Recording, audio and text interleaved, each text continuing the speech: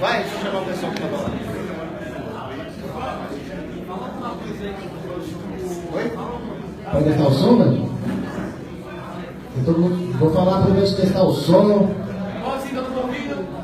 Tá todo mundo ouvindo? Tá nítido? Tá melhorando?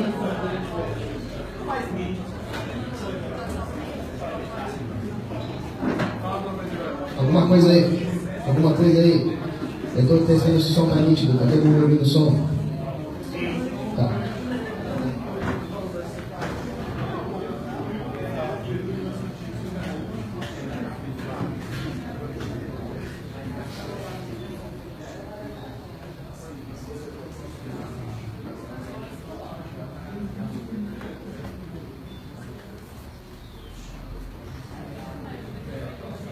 Pode começar? Ok. Meu nome é Paulo Cogos, eu quero agradecer a presença de todos que estão aqui e agradecer a organização deste evento épico, sem precedentes na história. Aliás, eu já vou começar elogiando esse evento como parte da minha palestra. Vocês podem ver a minha diferença em relação ao Porto, porque as anotações dele já estavam na tecnologia, no celular, elas estão em papel.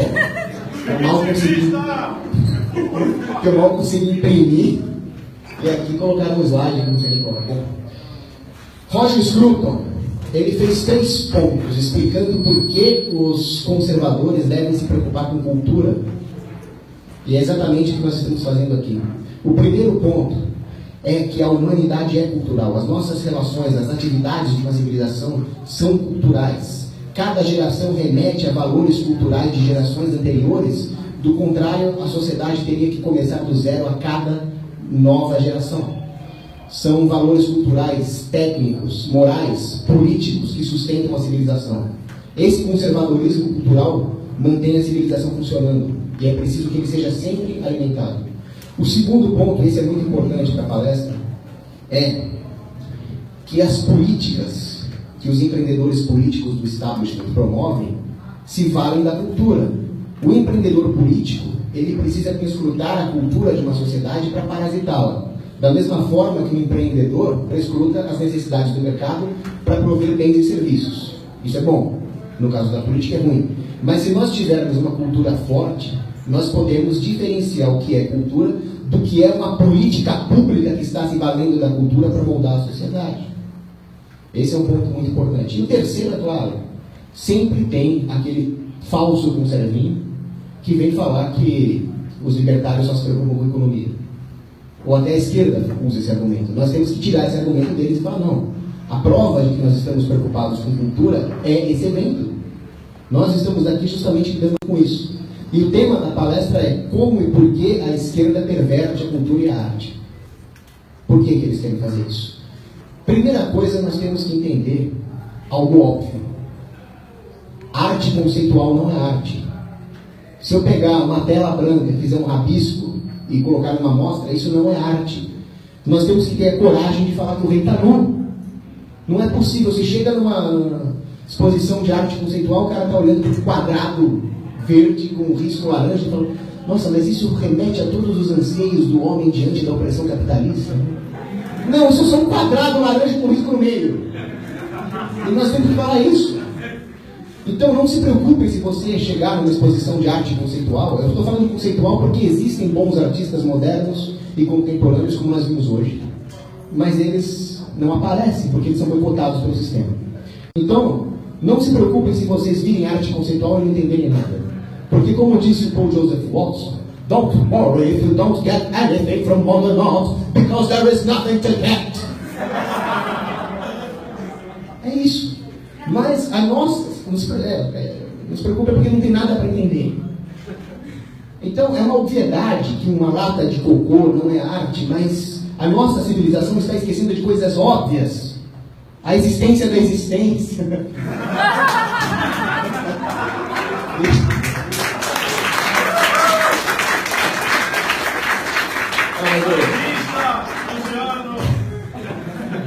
Mas o fato é que, como nos lembra Chester, uma civilização com alta cultura, ela vai decair quando ela esquecer de coisas óbvias, como, por exemplo, cocô não é arte. Como é que se deu essa decadência da arte? Nós esquecemos que arte não é opinião. Eu não posso falar que essa garrafa aqui é arte. A minha opinião está errada. Essa garrafa é minha, inclusive. Ah, então é arte.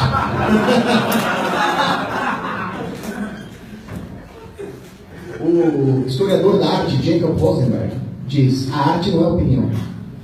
O que define se é arte ou não é objetividade. Nós podemos traçar objetivamente se algo é arte ou não. E se nós não fizermos isso, é questão de opinião, então tudo é arte. E se tudo é arte, nada é arte. Então nós negamos o ser. Existe um ser absoluto.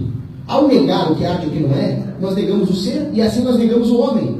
Porque o homem tem uma grande participação no ser. E se nós negamos o homem, nós temos o campo aberto para a política. Porque, como lembra o Ludwig von Mises, a política é a negação do homem. Onde tem o Estado, o homem como ser é negado. Então, para vocês verem uma prova de que eu tenho razão, era um experimento que o professor Robert Fluxack fez com os alunos dele. Ele pegou lá uma tela cheia de tinta, cheia de rabiscos aleatórios, e falou: avaliem essa obra de Pollock. Pollock é uma merda. Mas ele pediu para os alunos explicarem por que Pollock era bom. Aí eles viram aquele monte de tinta espalhada, mas ele foi audaz. Você vê que existe um equilíbrio e um desequilíbrio. Aquela conversa. Aí o professor Fluxack diz: isso não é Pollock, isso é o meu avental sujo. Para vocês verem como tudo isso é uma grande farsa. Como que nós chegamos nessa farsa?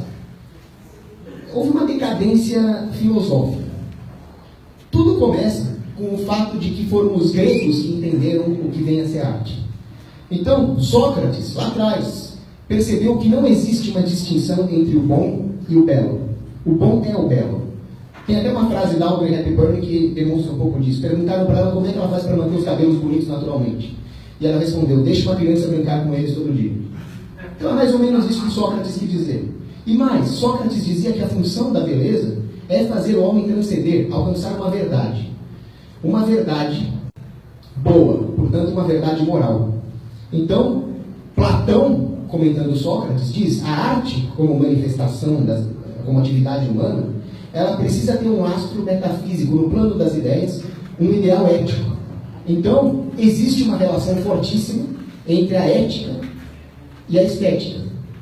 Relação essa que num dos livros de Platão, Simpósio, uma das personagens diz: a poiesis, que é o ato de criar algo que ainda não existia, mas que já existia no plano das ideias, é o que faz o homem se aproximar da sua imortalidade, da sua plenitude. Uma plenitude moral. Mas, à medida que os anos foram passando, nós vamos perdendo essa metafísica dos gregos, essa metafísica clássica. A ideia da estética como um campo filosófico, com profunda ligação com outros campos da filosofia, incluindo a metafísica, atingiu seu auge em Baumgarten. Então Baumgarten sistematizou a estética.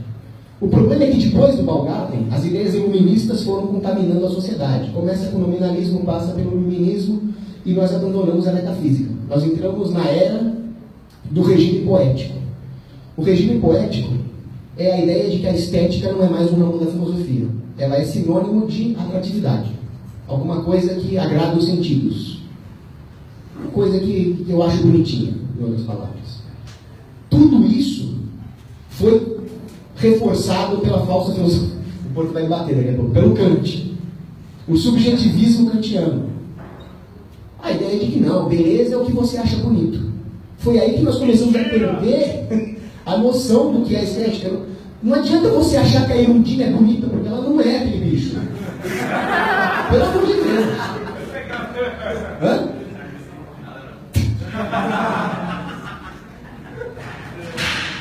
Não é, a Erundina não é bonita. Ok. Agora pense uma coisa, o que é mais fácil manipular? Princípios da filosofia perene que vem lá da Grécia Antiga ou gostos pessoais? É mais fácil manipular os gostos pessoais. É possível influenciar alguém para ter igual gosto. Não é possível mudar a filosofia perene a torto e a direito. Mas como nós já temos a metafísica jogada no lixo pelo iluminismo, nós caímos numa terceira fase. Essa terceira fase se chama regime estético. É a ideia de que o governo pode manipular a arte e a estética, os padrões. Isso é muito perigoso e é isso que nós estamos vivendo hoje e é por isso nós já estamos chegando em por que a esquerda faz o que ela faz com a arte. O regime estético ele é uma espécie de platonismo invertido. Essa ideia vem de um marxista safado chamado Jacques Rancière. A França produz coisa boa, mas também quando dá para produzir lixo. Está sozinha também. E o que o Jacques Rancière propôs é que nós criássemos um novo ideal, não mais um mundo das ideias platônico, aquele ideal moral, mas uma ideologia. E esta ideologia acabou substituindo o ideal platônico. Então a arte acaba buscando corroborar uma ideologia política. Isso é o que ele chama de regime estético. É isso que destrói a arte e obviamente, destrói a sociedade porque legitima o sistema. Então, quando nós invertemos a estética, nós também invertemos a ética. E quando nós invertemos a ética, nós legitimamos a política, que é antiética. E quanto mais inversões éticas, pior fica a política. Então, se em Platão nós tínhamos o homem buscando a sua plenitude, a sua natureza própria, e se em Kant nós tínhamos o homem buscando uma natureza imprópria, os sentidos, os prazeres, quando nós chegamos no regime estético hoje, com o pós-modernismo, nós caímos na antinatureza. Nós estamos vendo o quão baixo o homem pode descer. Na arte, o Duchamp mostrou para a humanidade o quão baixo nós podemos ir. O Duchamp pegou um fucking mictório, aquele negócio de fazer xixi de pé, e simplesmente tirou o mictório da parede e colocou no meio de uma exposição de arte. E ele falou, vamos ver se eu consigo convencer esses trouxas de que isso é arte. E pasmem, ele conseguiu. Tem gente que leva a sério o mictório. Se o homem é capaz de descer tão baixo esteticamente, a ponto de achar que um negócio de mijar é arte, ele também pode descer eticamente. Ele também pode apoiar o Hitler. Ele pode denunciar os parentes para a polícia política da Alemanha Oriental, a Stasi. Ele pode apoiar o aborto. Ele pode apoiar o aborto até os 9 meses. Ele pode apoiar o aborto depois que o bebê nasce. Ele pode apoiar o Estado Mundial. Então esse é o grande ponto. É preciso inverter os valores filosóficos para legitimar algo tão absurdo quanto o Estado. Ou pior ainda, um Estado totalitário mundial. É preciso fazer com que o homem deixe de ser humano e se transforme numa besta, porque bestas, como nós ouvimos na música do Volta Kimu, são manipuláveis, né, Gabriel? Como é que nós chegamos até aqui? Nós vimos isso filosoficamente, mas como que nós chegamos a isso historicamente? Como nós vemos, com o nominalismo e com o iluminismo, nós abandonamos a metafísica. Nós deixamos, então, que os controladores do establishment dissessem para nós o que é cultura. Hoje, a esquerda fala que um pedófilo lá no Banco Santander, um marmanjo que devia estar preso no Brasil Pedrinha, é arte, é cultura. Aquilo não é cultura. A sociedade está mais aculturada porque um pedófilo ficou pelado no meio do Museu do Santo André? Não, não está. A Europa foi enriquecida culturalmente por um bando de muçulmanos que quebram, estupram e explodem? Não, não está. Mas quando a esquerda fala o que é cultura e o que não é, nós perdemos completamente a noção das coisas. No Brasil, os responsáveis por isso, viu, bolsominions, foram os militares. Foi o general Coberino Couto e Silva. Ele disse, nós podemos matar os comunistas lá no Araguaia, mas precisamos deixar um espaço para servir de válvula de escape. Era a teoria da panela de pressão. Então, coloca os comunistas na universidade, coloca os comunistas na mídia e nos museus. Que erro. Mas eu não sei se foi um erro, talvez o Coberino fosse um infiltrado, porque ele não era tão burro de fazer isso. E os comunistas hoje controlam a mídia, eles são os curadores dos museus, eles são os reitores das universidades, e isso intoxica a sociedade inteira. E a frase do Gramsci, não precisa atirar nos tanques, não precisa atirar nos soldados, destrua os pilares morais da sociedade. Isso não foi um erro da ditadura. Isso pode ter sido muito bem um plano maçônico. Agora, por que existe essa aliança entre Estado e esquerda? Nós já vimos que da parte dos artistas de esquerda, eles legitimam a agenda do Estado. Mas o que o Estado oferece em troca? A possibilidade de fazer sucesso sendo um lixo. No mundo libertário, aonde que a Marilena Chauí ia ganhar 25 mil reais por mês? Para falar o lixo que ela fala? Então o Estado permite que esses lixos tenham sucesso financeiro. Isso é o que o Estado oferece em troca. Então a arte conceitual hoje não é uma tentativa de elevar o homem através da virtude do artista, o Porto que tanto estudou para fazer essas excelentes pinturas que tem aqui. A arte conceitual é autoindulgência para gente lixo. É uma tentativa de dar alguma autoestima para um minimizento vitimista. Isso é expresso na arte lixo fazendo sucesso. E o pior, os valores da sociedade são degradados e esterilizados. Esterilização dos valores, para usar uma frase do Bernanos, porque a sociedade acaba, como gado, concordando com o establishment na hora de reverenciar a merda. Eu estou falando sério, porque tem uma exposição que tem 30 potes de merda. E as pessoas chegam, uma obra de arte inovadora, ousada. Vocês estão reverenciando bosta, literalmente. Agora, uma civilização que reverencia a bosta, ela se degrada. É degradante. Outro problema é o elitismo. É muito difícil, eu estava até discutindo isso hoje aqui no evento, é muito difícil pegar as ideias dos grandes intelectuais, pegar São Tomás de Aquino e passar para o povão. A arte, a cultura tem essa função. Ela tem a função de levar as verdades descobertas pelos intelectuais para o povão, de uma maneira que eles possam entender. Então, é muito importante que exista boa arte na civilização, de forma que os valores, as tradições, consigam penetrar de forma capilar no seio da sociedade. É como se fosse uma hidratação. Mas o objetivo desses caras, desses engenheiros sociais, é privar a sociedade da boa arte. Como eles fazem isso? Primeiro, com a ideia de que apreciar a arte é uma coisa só para um bando de iluminados do establishment. Você, pedreiro, faxineiro, você não vai conseguir apreciar um quadro de arte conceitual. Porque para isso é preciso que você tenha uma formação na academia de alguma porcaria. E depois que as pessoas passam a não gostar de arte. Se arte é essa porcaria, eu não gosto de arte. Com isso elas simplesmente se eximem. E fica aquela ideia de que o povão não entende nada. Quem entende é os intelectuais orgânicos do sistema. E com isso a humanidade fica privada da arte. Com isso nós impedimos que a população tenha acesso aos bons frutos da alta cultura. É o que o Roger Scruton falava.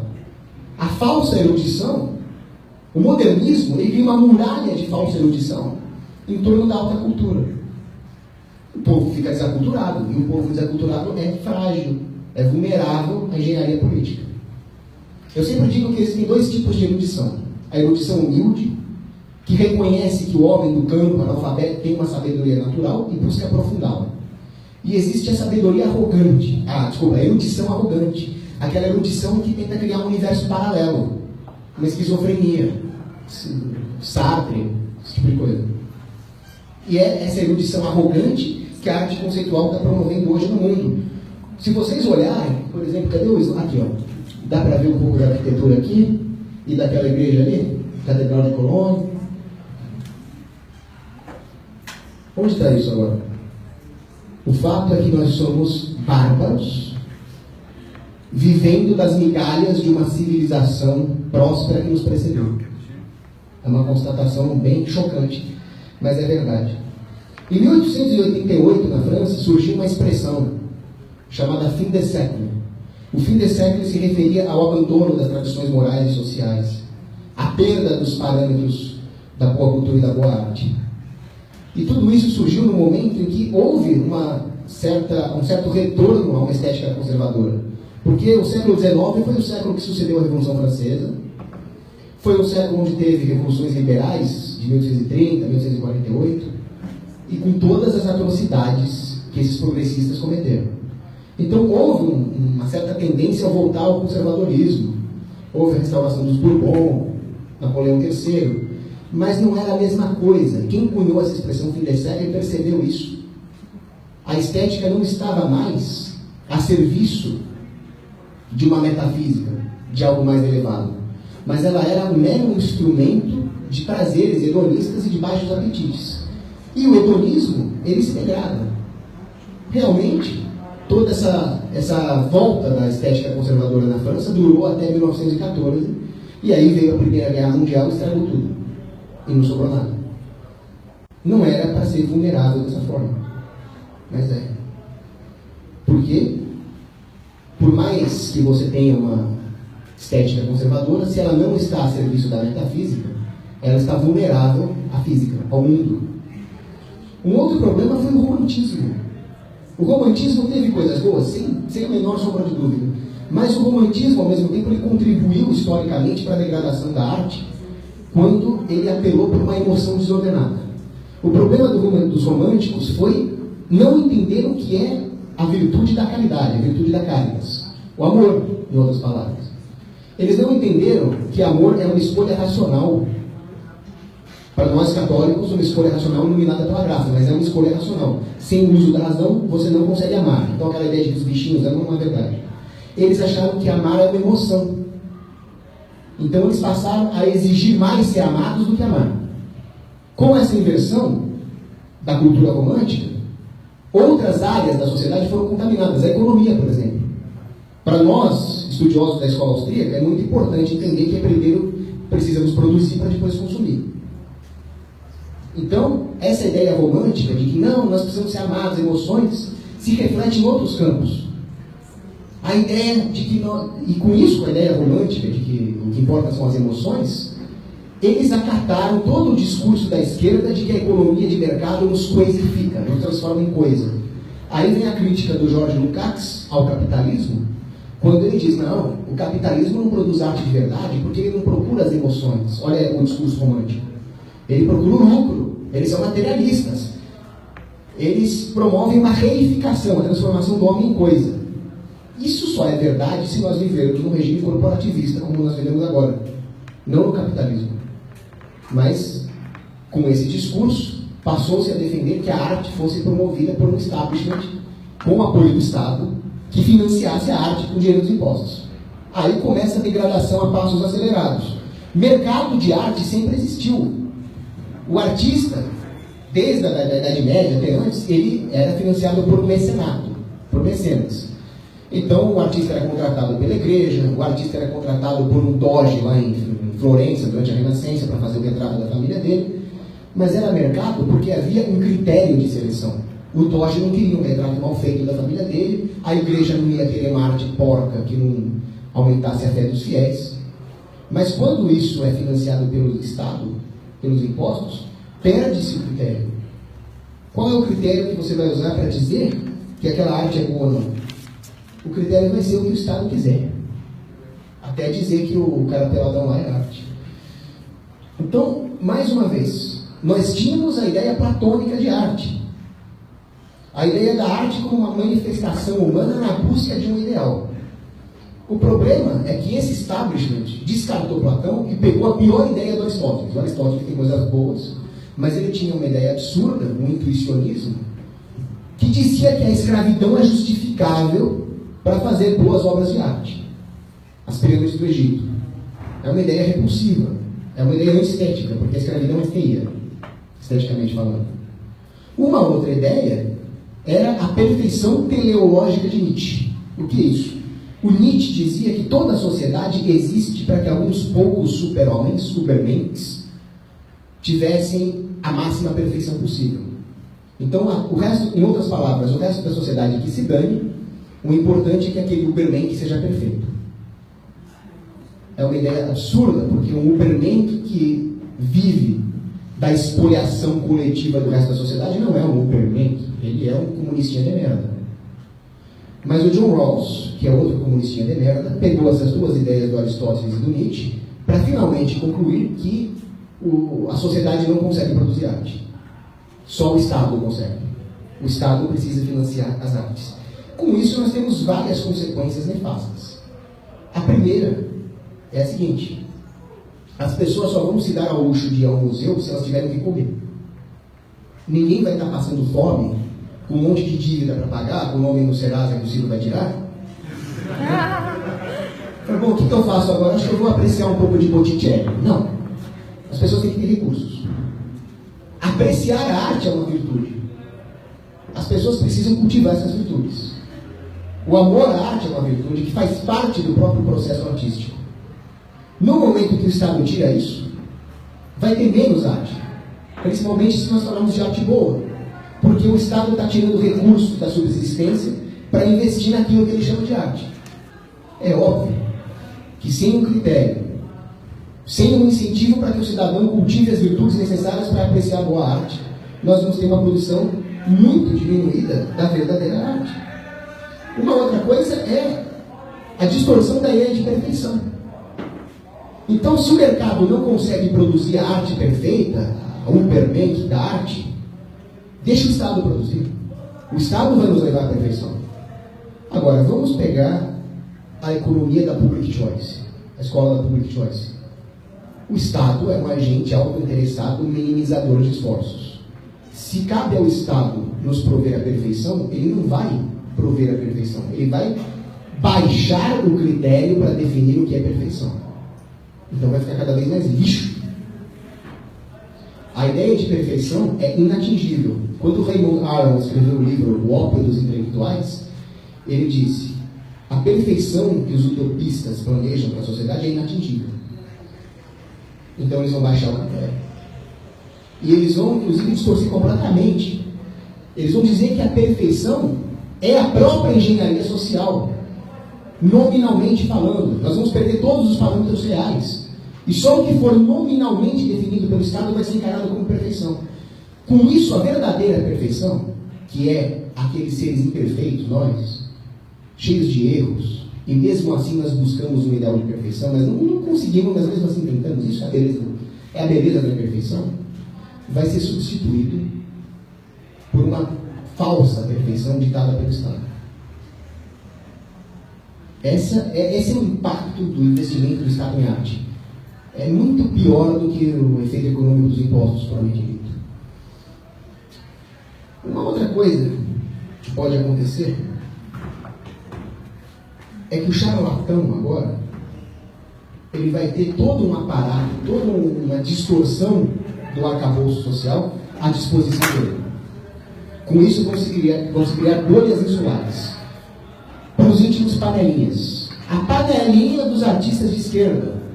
A hora que todos os meios disponíveis para expressar a sua arte estão na mão do establishment, como que um bom artista que não é do establishment vai fazer para se expressar? Não vai. É igual a direita sendo banida do Facebook. Ainda bem que nós temos um evento como esse. Mas ainda é um evento pequeno. Se nós fôssemos marxistas esquerdalhas, nós estaríamos na USP, no MASP. Ia ter a imprensa, ia ter a Rede Globo. Já pensaram nisso? Então os bons artistas, eles não têm nem incentivo para serem artistas. O cara é bom, mas eu não quero morrer de fome, eu vou ser contador. Quantos talentos estão sendo desperdiçados dessa forma? Agora, muito bem, o Estado provê essa reserva de mercado para os artistas de esquerda, a esquerda faz propaganda do Estado. Mas eu acho que parece um pouco contraintuitivo. Por que a opinião política de um artista é levada em conta pela população? O que um ator, um modelo entende de política econômica? De crescimento global, ele é climatologista agora? Não. Mas por que o discurso deles cola? Porque, desde o nominalismo medieval, nós não temos uma intelectualidade a serviço da melhoria das condições humanas. Esse seria o critério para ver se uma ideia presta ou se uma ideia não presta. Se a sua ideia não gera uma melhoria na condição humana, material, moral e espiritual, a sua ideia é um lixo, só mirando à frente. Mas no momento em que o nominalismo nas universidades substituiu o conhecimento por certificados, você não precisa mais obedecer esse critério. Então a população perde esse lastro da intelectualidade. Ele precisa ser substituído. Alguma coisa precisa entrar no lugar. Então, esse vácuo de intelectualidade é preenchido pelos artistas. Os artistas se comunicam com a população. E quando os artistas são de esquerda, e as ideias que eles vendem é de esquerda, a população vai ficar cada vez mais... vai ficar cada vez mais gato. Agora, se o homem não tem mais de onde aferir os valores perenes, segundo os quais ele possa construir uma cultura própria, uma cultura doméstica, uma cultura local, uma cultura identitária, ele vai ficar desaculturado, ele vai ficar vulnerável a todo o lixo cultural que o establishment promove em cima dele. É por isso que o Olavo de Carvalho tem razão, dessa vez, tá? É por isso que o Olavo de Carvalho tem razão quando ele fala, tem um monte de gente que trabalha com cultura. O Ministério da Cultura é um cabide de emprego, mas cadê a cultura? Ela não está sendo produzida. Porque nós não temos um mercado de cultura, ela está na mão do establishment. Nós não temos nem incentivos para produzi-lo. Para entender como é que isso afeta politicamente o homem, o John Wright, que é um escritor católico, ele propõe um exercício mental. O exercício é o seguinte: imagina um sujeito que mora numa casa modesta, não é nenhum palácio, não é nenhum barraco também. É uma casinha que tem flores na janela, que tem um tapete bem bordado, onde está tocando boa música, onde tem quadros, tem álbuns de família, tem um oratório, enfim, ele tem um lar de verdade.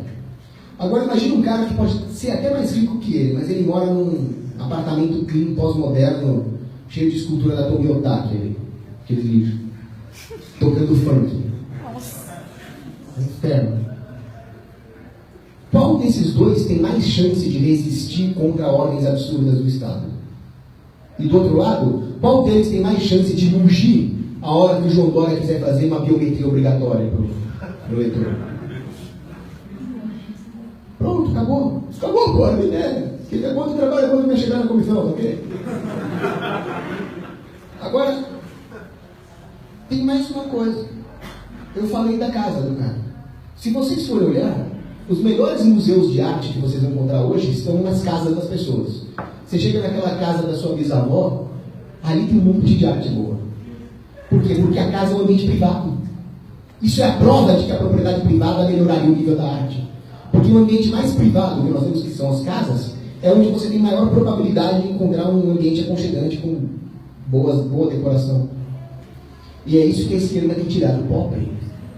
O John Huskins era um socialista que viveu no século XIX. Ele teve a cara de pau de dizer que a arte do século XIX era ruim. Um século com Bourguerot, um século com Rodin, um século com Mahler, um século com Puccini, ele disse que era ruim. Por que ele disse que era ruim? Qual era o argumento dele? Ele pegava uma mobília do Luís XIV e dizia, olha essa mobília, ela é muito melhor do que o lixo massificado que a Revolução Industrial está produzindo para os pobres.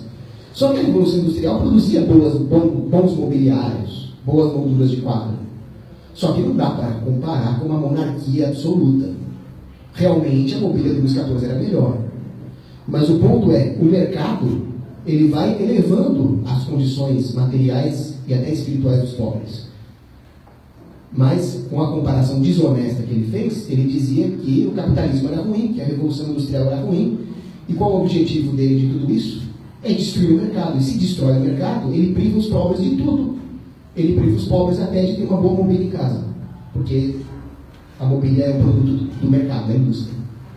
E a ideia é realmente deixar o ambiente doméstico desaculturado. Como nós já vimos, isso aumenta a vulnerabilidade do povo à engenharia social. Controle, homogeneização. Aí nós vemos a relação entre arte e controle, que alguns podem achar que é teoria conspiratória, mas não é. O Igor Goronstock, ele fez um estudo da arte totalitária que era a arte promovida pelos regimes. Na Alemanha, na China, na Rússia e na Itália. 4 países com uma cultura local muito rica. A cultura chinesa, a cultura alemã, a Itália e a Rússia. Mas ele notou que a arte totalitária promovida pelos regimes do Mao Tse-tung, do Hitler, do Mussolini e do Stalin eram mais ou menos iguais. Era a mesma porcaria na Alemanha, na China, na Rússia e na Itália. Isso é homogeneização. Isso é uma forma de realmente desaculturar o povo e controlar. E o Goethe, ele notou isso. Na época em que se discutia a unificação alemã, ele diz, não, pera um pouquinho. Olhem para a Alemanha. Ela é descentralizada. Quem leu o Democracia, o Deus que Falhou, do Hopper, sabe que o Sacro Império Romano-Germânico mandava muito pouco. E que os vários ducados, condados, principados tinham autonomia. E obviamente, havia uma miríade, uma constelação cultural de artistas. Cada príncipe tentava atrair os melhores artistas para si. E o Goethe disse, se vocês unificarem a Alemanha, nós vamos perder tudo isso.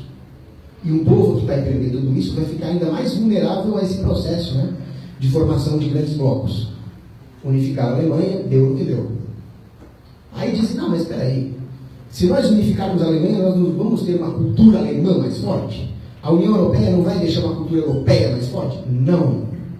O T.S. Eliot disse, uma civilização tem uma cultura rica não porque ela tem um monolito cultural, mas porque ela é uma constelação de várias culturas locais. Então, as unificações políticas não melhoram, elas pioram a cultura. Basta olhar para os prédios da União Europeia. Os prédios da União Europeia, onde tem o Parlamento Europeu, o Banco Central Europeu, são monstros. Enquanto que as casinhas de um vilarejo de 800 habitantes ali são lindas. Acabou. Acabou a ideia. Então, com isso nós temos, com essa destruição da arte, a destruição de uma linguagem universal. Uma linguagem universal na música clássica, na arte, que promovia a harmonia entre as várias partes dessa constelação cultural. Ela é substituída por uma linguagem política. O Stalin percebeu isso. O papel dessa falsa arte como linguagem política. E ele decretou, na porrada mesmo, que o realismo soviético, que não tem nada de real, seria a única forma de arte possível. Ele fez isso na porrada.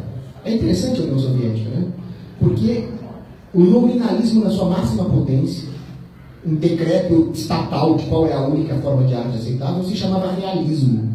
É muito louco isso. Então, aquelas piadas da inversão soviética é verdade, né? Na União Soviética, a arte contempla você. Contemplava o cidadão para controlar. Só que esse negócio de fuzilar os outros, de mandar os outros para o Gulag, é um negócio meio chucro, né? É um negócio meio bronco. Hoje o sistema é muito mais sofisticado. Ninguém manda ninguém para o Gulag, simplesmente se ostraciza. Ah, você é um machista retrógrado, pronto. Está ostracizado. Isso é um processo de hegemonia cultural, uma estratégia gramsciana. E o Gramsci percebeu que, para exercer uma hegemonia cultural, muito mais importante do que o domínio pela força ou pela moeda, é a capacidade de direção intelectual. É por isso que hoje as pessoas não têm opinião, elas não sabem por que elas defendem o que elas defendem, elas repetem o que a mídia manda. Eu estava uma vez na faculdade e a menina falou, não existem culturas superiores. Eu digo, então vai do jeito que você estava de mini saia, vai do jeito que você está no Paquistão para você ver. É claro que existem culturas superiores. Aí eu pedi para ela explicar por que você acha que todas as culturas são iguais. Me explica. Ela não explicou. Ela simplesmente engoliu o que a mídia falou. Isso é o Gramsci fazendo sucesso. Como que nós chegamos nisso? Nós chegamos nisso porque os teóricos marxistas perceberam que não daria para chegar a esse nível de socialismo, de controle social, pela economia. O Bernstein, que era um teórico marxista, ele percebeu que o Marx estava errado de querer chegar ao socialismo atacando a infraestrutura. A infraestrutura são os meios de produção. Mas o Bernstein percebeu, não. O setor produtivo é heterogêneo. Cada empresário, cada operário, cada família, cada empresa, cada vila são diferentes um do outro. Eles são heterogêneos e eles buscam cooperar nessa heterogeneidade. Nós não vamos conseguir destruir o capitalismo por aí. Mesmo se o Estado promover uma crise econômica pela sua intervenção na moeda, no Banco Central, o capitalismo vai se recuperar. Nós nunca vamos destruir a identidade cultural deles assim. Ou seja, né, em ciência econômica, os marxistas estão anos-luz à frente dos keynesianos. Eles entenderam que o capitalismo não se destrói assim. Então ele falou, não ataquem a infraestrutura, ataquem a superestrutura, ataquem os valores, ataquem a cultura, ataquem a religião, ataquem a arte. E aí que entra. É assim que hoje o sistema está mais preocupado em perverter os valores familiares, a igreja, a cultura, a arte, do que simplesmente coletivizar os meios de produção. Todo socialista atual fala, não, eu não sou comunista, eu não sou comunista, eu não sou comunista. Seria melhor se fosse. Por isso que eu tenho medo desses amoedos aí. Quem falou isso? Gulag! Já que você gosta dele. Então, um outro mito que existe no meio do establishment é que essa homogeneização que a cultura pasteurizada promovida pelo establishment causa na sociedade geraria paz, amor, tranquilidade e harmonia. Não. A Hannah Arendt lembrou. A hora em que as peculiaridades locais são destruídas, atropeladas por uma homogeneização, o homem, enquanto tende a essa homogeneidade, ele vai se acotovelar. Ele vai invadir os espaços ao redor dos outros homens. Isso só vai gerar mais cisânia na sociedade. Uma grande tragédia dos comuns. Com isso, o sistema vai criar identidades de classe. Falsas identidades. Que substituem a identidade real. É por isso que hoje existe tanta arte negros. Trans. Arte trans. Arte é arte, né? Tem arte trans, arte negra, arte branca, arte... Mas justamente é uma estratégia do sistema para criar identidades de classe falsas. E todas essas identidades falsas vão conflitar umas com as outras em conflitos artificiais. De forma que, inadvertidamente, elas cooperem para a grande hegemonia da social-democracia. Esse sistema que nos divide em classes e nos joga uns contra os outros. Isso não é teoria da conspiração. Isso é uma estratégia descrita pelo marxista Ernesto Laclau. Crie falsas classes, jogue uma contra as outras, e todas elas, nessa briga, vão reforçar a social-democracia. É o contrário do mercado. No mercado, nós inadvertidamente cooperamos para o bem geral. A social-democracia é o exato oposto do mercado. E, se na boa arte nós temos uma linguagem universal, segundo a qual o homem pode cooperar, na falsa arte, nós temos a linguagem política, a linguagem da social-democracia. É horrível. Uma prova disso é o Shostakovich. O Shostakovich foi um compositor na União Soviética que era o compositor do regime. O Shostakovich era um compositor nota 5. Porque ao mesmo tempo que ele tinha uns divaneios, umas doideiras pós-modernas, ele também tinha pesada influência de Prokofiev, de Stravinsky. Então a música dele tinha partes muito boas e partes muito ruins. A parte muito ruim era o realismo soviético, a parte boa era o Stravinsky. Mas foi por causa da parte boa que ele foi acusado de ser contra o regime, de ser antidemocrático. O Stalin acusou ele de ser antidemocrático, porque sim, o discurso político dos comunistas é a democracia. A democracia é o caminho para o socialismo. Hoje é a mesma coisa. Se você critica o que está aí, você é chamado de machista, homofóbico, retrógrado, reacinha. É a mesma porcaria que a União Soviética, só que pior. Porque é mais difícil convencer as pessoas que elas são escravas. Na União Soviética era fácil você falar para um cara que está congelando no Gulag que ele é um escravo. Dá para entender. Agora, tem um filme, alguém já viu? Full Metal Jacket? Viu? O Full Metal Jacket, ele é uma grande crítica ao nominalismo. Aliás, logo no começo do filme já tem uma crítica, em português é o Nascido para Matar. Tem uma crítica à arte moderna logo no começo do filme, é um filme de guerra, nem parece que tem uma filosofia envolvida, mas é Stanley Kubrick, então é claro que ele vai se confundir. Então no começo do filme, o sargento Hartman está passando soldados em revista, ele chega para um deles e fala: "You were so ugly you could be a modern masterpiece." Você é tão feio que você podia ser uma obra de arte moderna. Agora, à medida que o filme se desenvolve, você vê uma coisa: os soldados vivem uma grande ilusão. A primeira ilusão é de que o treinamento deles vai fazer os invencíveis. Então o sargento fala: "Vocês serão invencíveis! Vocês vão destruir qualquer inimigo que aparecer na sua frente!" E quando eles chegam na guerra, eles veem que isso não é verdade. Eles são mortos por adolescentes de 15 anos com uma K-47. Então, diante dessa ilusão que venderam para os fuzileiros navais ali, eles mesmos criam outra ilusão. A ilusão de que eles estão lutando pela liberdade. Até que tem um dos fuzileiros que enxerga. Não, we are not fighting for freedom. We are fighting for a elite of motherfuckers. Esse enxergou. Nós não lutamos pela liberdade, mas sim por uma elite de banqueiros safados. Mas por que os soldados criam essa ilusão de que estão lutando pela liberdade? Porque eles perderam o ponto de referência moral. A hora que você justifica recrutar um monte de roqueiros para morrer no Vietnã, a sociedade perde a sua referência moral. Por que eu estou falando tudo isso? Porque com a arte é a mesma coisa. A hora que nós perdemos a arte, a cultura, a tradição, esse tipo de valor como referência, nós passamos a viver num mundo de ilusões. Sem essa referência, nós vamos criar ilusões para nós mesmos. Que ilusões são essas? Vota que muda, o Estado me representa, a via política pode dar certo um dia. O Estado está preocupado, o governo é bem intencionado, aqui ele não está acertando. Sabe? Precisa só mexer um pouco na taxa de juros que vai dar certo. Então a falsa arte, ao nos tirar os pontos de referência estéticos, nos afastam de um plano ideal e nos aproximam de um plano de engenharia social dos estatistas. É horrível! E a democracia é isso piorado 1000 vezes. O comunismo era menos pior. Quem fala isso é o Ropa. O Ropa, numa entrevista, disse: num regime democrático, nós vamos ter uma subversão dos valores e uma perda de critérios. Mas o Ropa não explicou exatamente como isso acontece. Eu meditei um pouco sobre isso, vou explicar 4 teorias que eu tenho. A primeira é a seguinte: por que o homem vai cultuar valores morais, estéticos, de longo prazo, porque isso vai dar fruto no longo prazo, se a propriedade privada dele está ameaçada no curto prazo? A democracia é isso. A democracia significa que basta você apertar um botão numa urna ou lá no Congresso e a sua propriedade privada já era. Então eu vou tentar agarrar a minha propriedade. Eu não vou me preocupar em melhorar como ser humano, eu vou comprar uma TV de plasma na prestação agora, antes que o Estado pegue.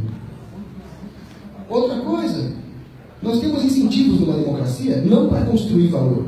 Porque se você gasta tempo e energia construindo valor, para que se depois a democracia vai pegar de você? É melhor destruir valor. É melhor destruir o valor que o outro criou e ganhar alguma coisa. Isso é um ativismo democrático. Ela destrói tudo que é bom e belo, junto com as massas. Isso é o Tec Gasset. As massas destruíram tudo que é belo. Outra coisa, numa democracia, é muito melhor você se adequar às massas do que você ser diferentão. Porque o diferentão é minoria, e as minorias são destruídas numa democracia. Aquela menor minoria do mundo que é o indivíduo, né? Ayn Rand, eu gosto dela. Boa frase. E outra coisa, numa democracia nós temos uma deselitização da produção. O que significa isso? Todo mundo pode ser artista. Você não precisa ser um Michelangelo para fazer uma escultura. Você pode ser um bosta e fazer uma escultura. Porque agora, qualquer coisa é uma escultura. Isso é democrático. Mas se nós temos uma deselitização da produção, nós vamos ter uma queda na qualidade da produção, na quantidade de produção boa, e com isso o povo não vai ter acesso. Então, no final das contas, a democracia é o elitismo do consumo. Só os muito ricos e bem relacionados vão consumir alguma coisa que preste. Isso é democracia.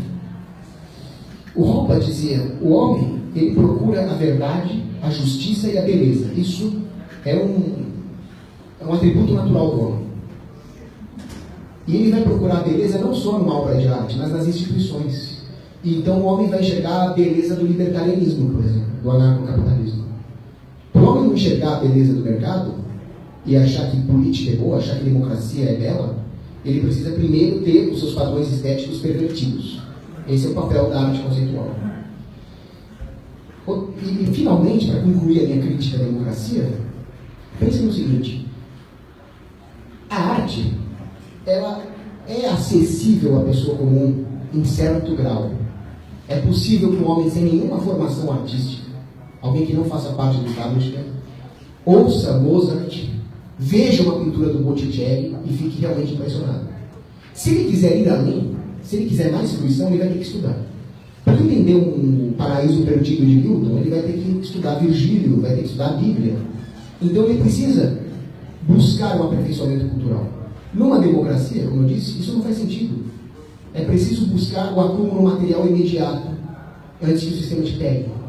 E com isso, as pessoas não vão ter nenhum incentivo para aumentar a sua capacidade de apreciar a boa cultura.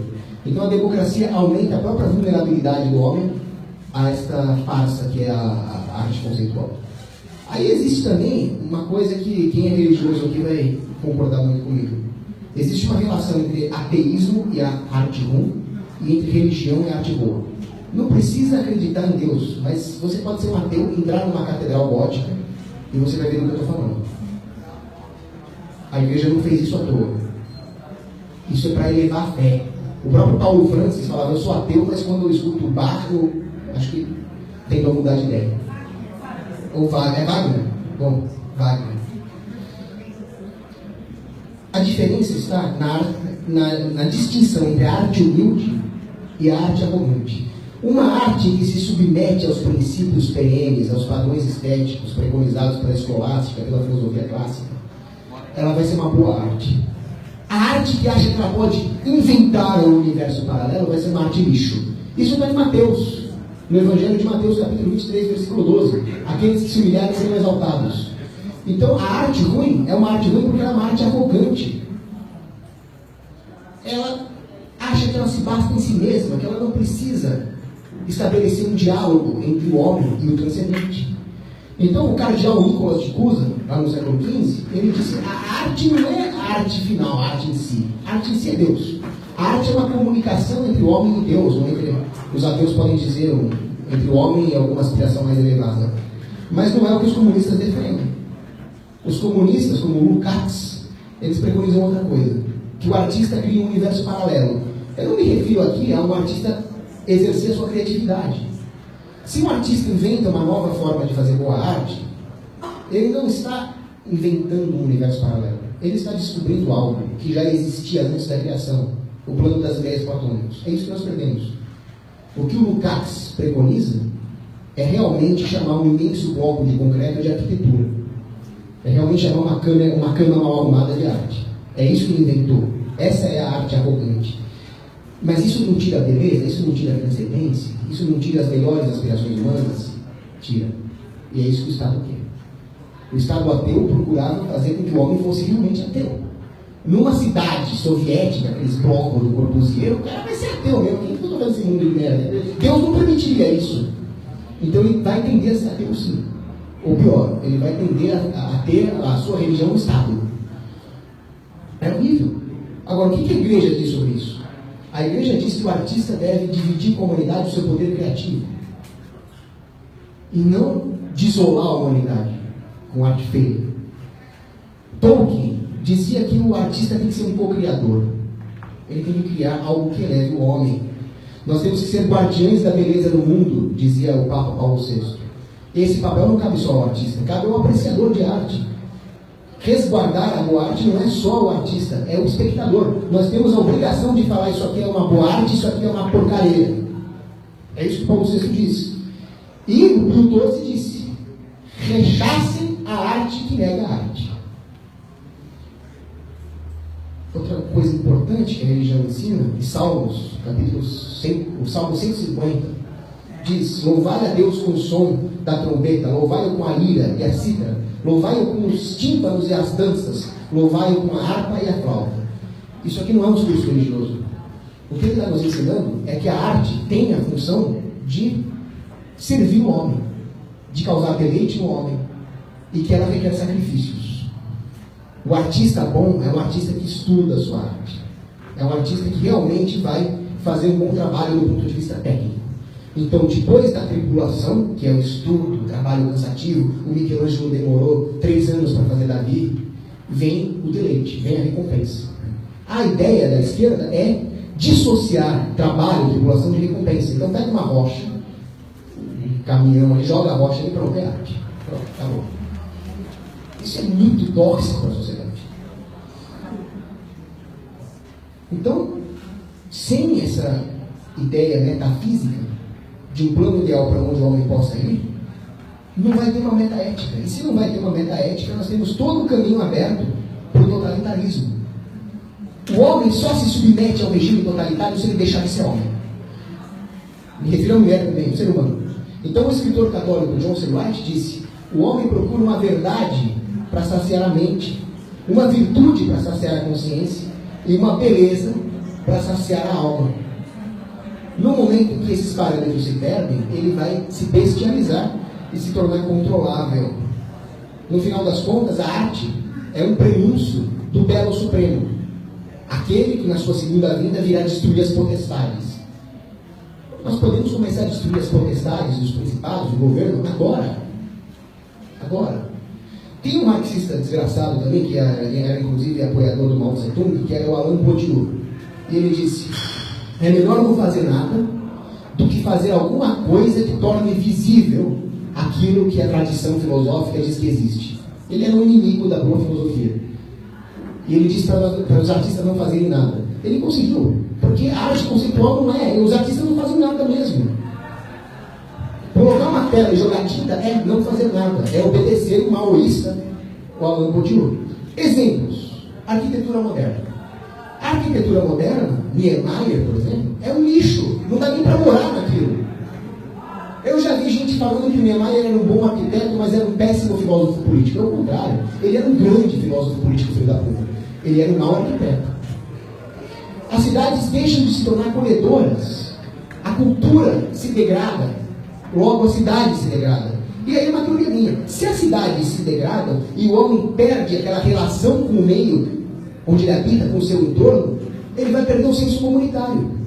Se ele perde o senso comunitário, quem vai recolher o lixo? Quem é que vai prover segurança? Quem é que vai limpar as ruas? Quem é que vai fazer as estradas? O Estado. Entenderam? Um outro exemplo é o cinema, controlado pela Ancine, que é um bando de comunistas. O Lenin dizia: a arte mais importante para ser controlada é a sétima, é o cinema. E o resultado disso é que hoje o establishment controla todas as ideias que são vendidas no cinema. Se você tenta fazer uma produção independente, como o filme do Olavo de Carvalho, que tem os seus erros, mas é muito bom, onde está? Vocês viram alguma propaganda dele na Globo? Não viram. É coisa underground mesmo. Então nós temos que ir para o underground. Nós temos que ler aquele livro do Ropa, o que deve ser feito, e entender que não dá para reocupar a grande universidade e a grande mídia. O que nós podemos fazer é torná-los irrelevantes. O que é relevante é isso aqui. Não é a amostra de pedofilia lá do Santander. Isso aqui que é importante. Nós vemos um exemplo disso em Hollywood. Todo artista que faz alguma coisa que presta em Hollywood é boicotado. O Mel Gibson, pelo menos, tem dinheiro. Mas ele foi boicotado quando ele fez A Paixão de Cristo. O Jim Caviezel, que foi o ator que interpretou Jesus Cristo, ele falou assim: eu sabia que a minha carreira em Hollywood ia acabar. Até a Mônica Bellucci foi ostracizada, porque ela fez o papel de Maria Madalena. Hollywood. Os mesmos safados comunistas racistas que boicotaram a May Pritch porque ela casou com um negão, o Sammy Davis Jr. Bando de racistas, bando de sociopatas. Isso acontece no humor. No humor. Na União Soviética, se você quisesse fazer alguma piada, escrever alguma piada, isso tinha que passar por, não estou brincando, departamento de piadas do Ministério da Cultura Soviética. É uma piada, pronto, mau gosto. Na Coreia do Norte, o chinesinho doidinho lá, o Kim Jong-un, proibiu o sarcasmo. Ele teria que se proibir, né? Porque a figura dele já está no sarcasmo. Agora, quando o cara quer processar o Danilo Gentili, o Palmito, isso não é uma diferença de natureza em relação à União Soviética. É uma diferença de magnitude. O cara que processa o Gentili é o mesmo cara que fuzilava o artista dissidente da União Soviética. É o mesmo desgraçado. Nós vemos isso na literatura. Para você se formar em literatura inglesa na Universidade da Califórnia, você não precisa estudar Shakespeare. Shakespeare não faz parte do currículo. O que faz parte do currículo é literatura de gênero. Ou seja, você não precisa estudar, para ser um graduado em literatura inglesa, o maior escritor de língua inglesa de todos os tempos. Você precisa estudar a esquizofrenia de um cara que acha que é mulher. É o fim. Isso está acontecendo com todas as artes. Conclusão. A arte, a verdadeira arte, ela é libertária e conservadora ao mesmo tempo. Ela é libertária porque ela se opõe ao establishment, ela se opõe ao sistema. E a criatividade do artista se opõe às escolas humanas que estabelecem certas tradições. O impressionismo, Monet, Renoir, tem boas obras. Eles eram, de certa forma, uma rebelião contra o sistema antigo estabelecido. Esse não é o problema. Mas a boa arte é conservadora. Ela se submete a alguns princípios objetivos que hoje os pós-modernos querem jogar fora. E por fim, precisamos lembrar o seguinte: não existe mão invisível. Existe o mérito de quem faz as coisas, como é o mérito de quem organizou esse evento, que eu quero mais uma vez agradecer. Obrigado.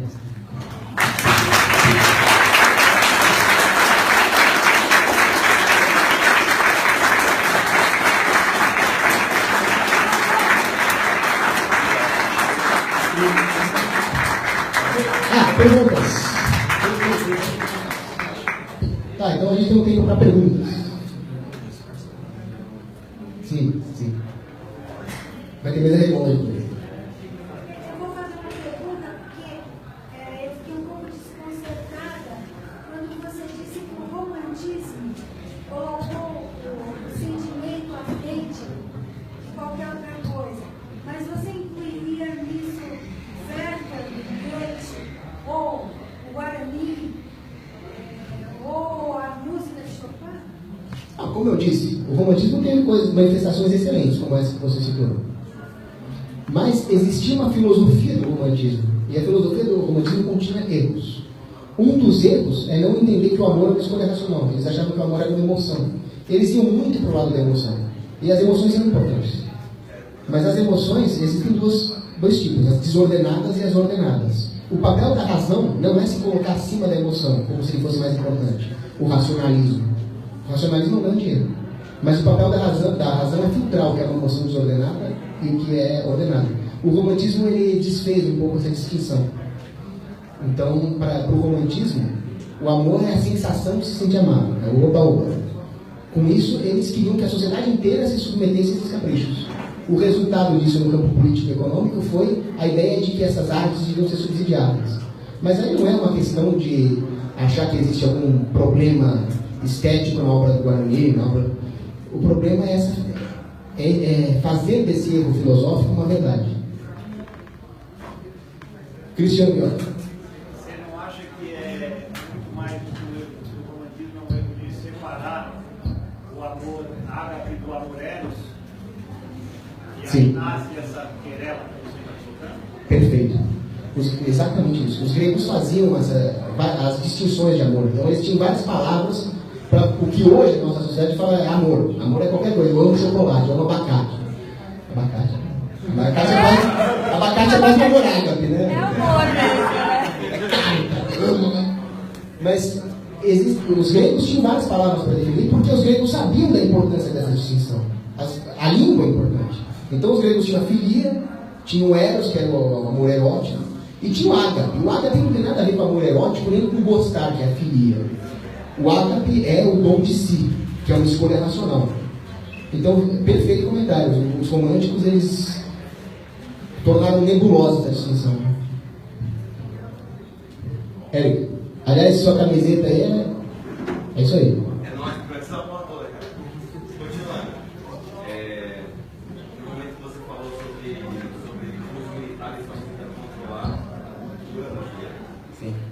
E acho que você chegou à conclusão de que eles falaram que tinha que ter uma válvula de escape.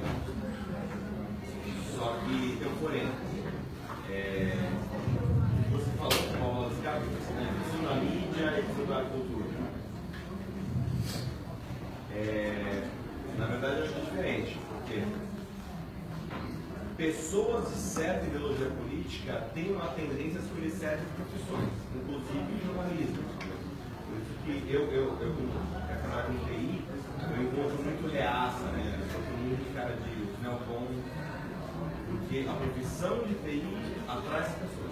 Então, voltando, como você falou, que na verdade os militares, eles falam que tinha que escapar.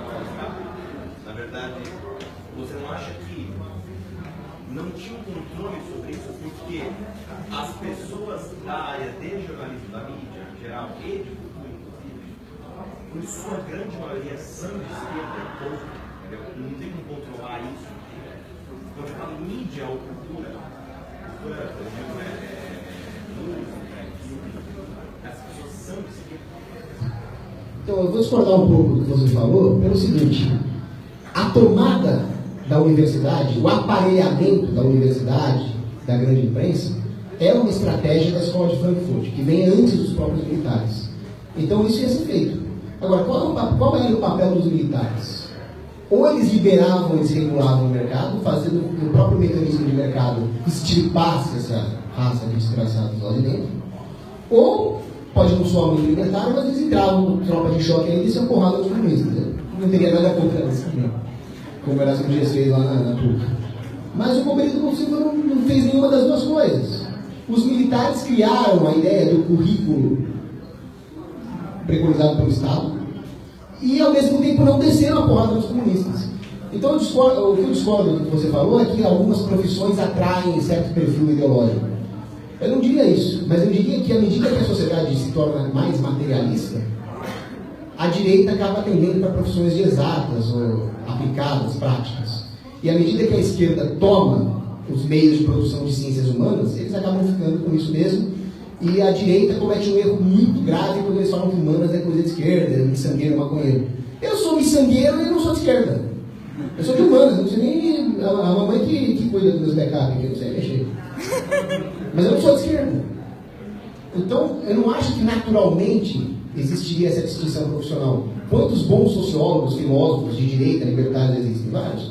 Mas à medida que a sociedade se torna cada vez mais regulada economicamente, mais materialista, o cara precisa acabar indo para uma profissão que dê dinheiro no curto prazo. E cada vez menos existe uma subsidiariedade natural que incentive o artista, o intelectual, o filósofo, o teólogo. Eu sempre digo que nós precisamos de mais vagabundos de direito. Porque o de direita está trabalhando, está batendo ponto, ele não tem tempo para fazer militância. A esquerda tem todo o tempo do mundo para ficar militando.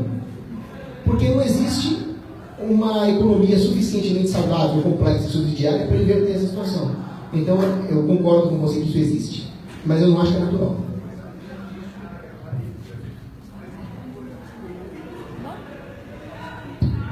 Colapso in the new life. Bom, pois eu achei muito interessante sobre o controle da cultura que a esquerda acaba dominando, mas uma coisa que eu vejo hoje, acho que eles estão até um pouco além. É óbvio que a cultura se vale também disso, é uma expressão disso, mas eles conseguiram controlar inclusive a linguagem hoje. E há um controle sobre a linguagem muito forte, e os formadores de opinião e tal estão muito nisso. Só ostracizar, só viver no underground, você acha que é suficiente para colapsar a nova esquerda? Eu diria que, depois de certo ponto, nós deixaríamos de ser underground. Então, tem uma frase que, se não me engano, é do Sêneca, né? Roma era grande porque as pessoas amavam Roma. Não é porque as pessoas... é porque as pessoas amavam Roma que ela se tornou grande. Não é que elas amavam só porque Roma era grande. Então, nós temos que amar um evento como esse porque ele é libertário, não porque ele é grande. Até ele se tornar grande e deixar de ser underground. Como combater esse controle da linguagem? Olha, se eu soubesse, eu já estaria combatendo. Essa parte operacional, eu não sei. Mas uma das coisas que eu faço é simplesmente não usar a linguagem deles. Tem gente que vai achar bem preconceituoso o que eu vou falar, mas não quer nem saber. Se o cara é homem, eu chamo ele de ele. Eu não vou maltratar. Eu vou ser caridoso com ele. Mas justamente parte dessa caridade é falar, cara, você não é uma mulher, você é um homem. Eu vou chamar ele de ele. Essas coisas que eu não falo. Eu não falo porque tá errado. Oi? Exatamente, liberdade de expressão. Perfeito. Então, a esquerda é muito boa. Por exemplo, a política econômica que realmente nos tiraria da crise, eles chamam de austeridade. É um nome horrível. Alguém precisa inventar um novo nome para isso. Eu não sou bom de nome, mas alguém precisa inventar nomes para definir a política econômica boa, que não seja austeridade, mas seja feio.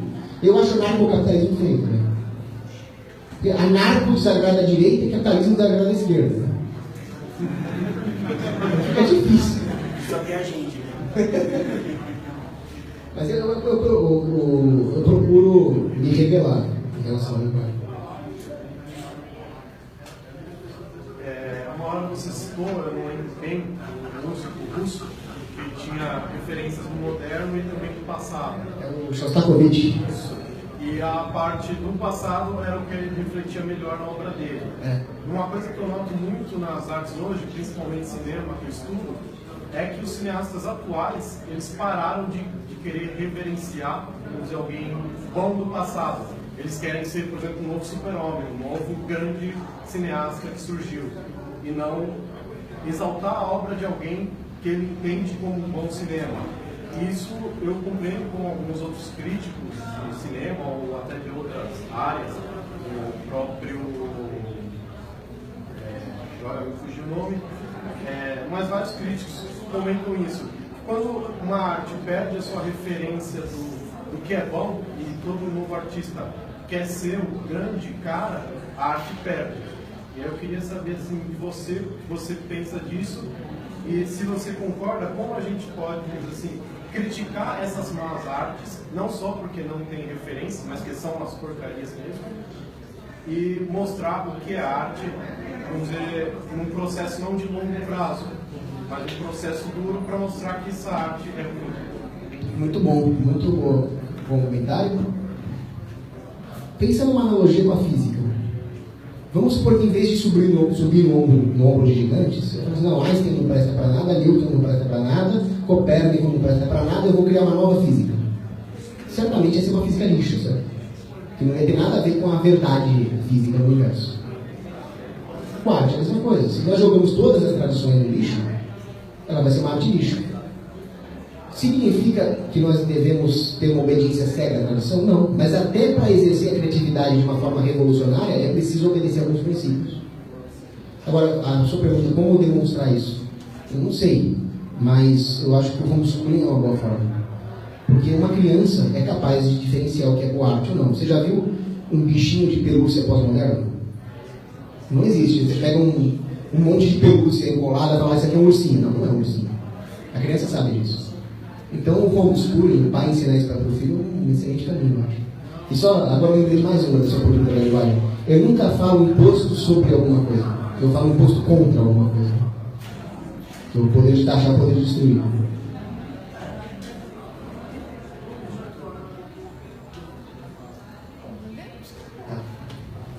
Legal, obrigado.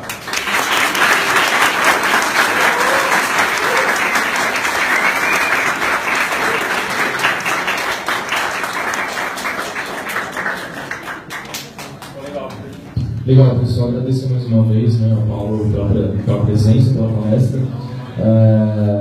A gente vai fazer uma mesa